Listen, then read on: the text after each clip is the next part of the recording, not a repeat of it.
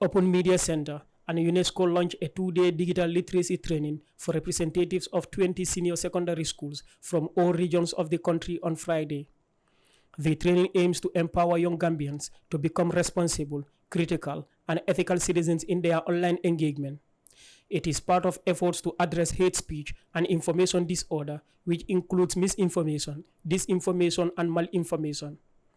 The training is part of the Open Media Center and UNESCO project strengthening the national infrastructure for peace to promote social cohesion in the Gambia, funded by the United Nations Peace Building Fund. The intervention is also part of the UNESCO Mail Click Media and Information Literacy Initiative under the project title Countering Hate Speech, Promoting Responsible Digital Citizenship. Speaking at the opening ceremony, Mr. Keba Jeffang, project coordinator and head of media monitoring and fact-checking at Open Media Center, explained why they have targeted students in their fight against information disorder. This is something Malagan has been doing.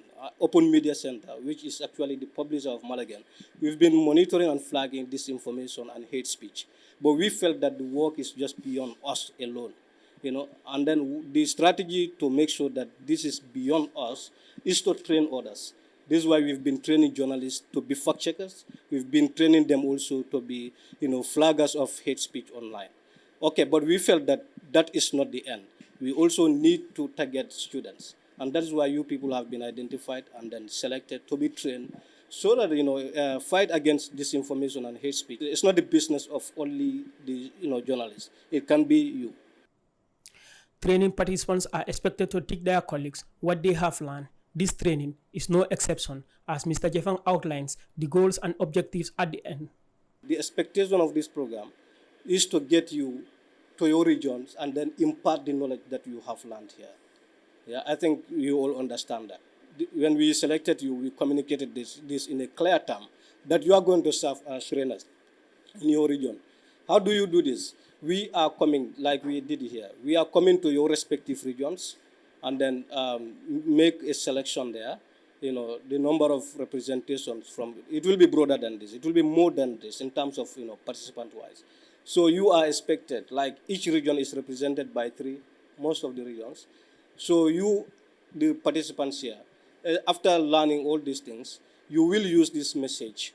When we come there in November or December, you are going to serve as trainers in these step-down training activities. All the regions, so that, it's not combined, because that is a terminology we had to fight against. They said a lot of the trainings are concentrated in the combos. So we wanted to end that, and that's why we did this nationwide selection. But then with the expectation, I must underline and stress, that you will deliver, and then you cannot deliver without, your commitment to this program here.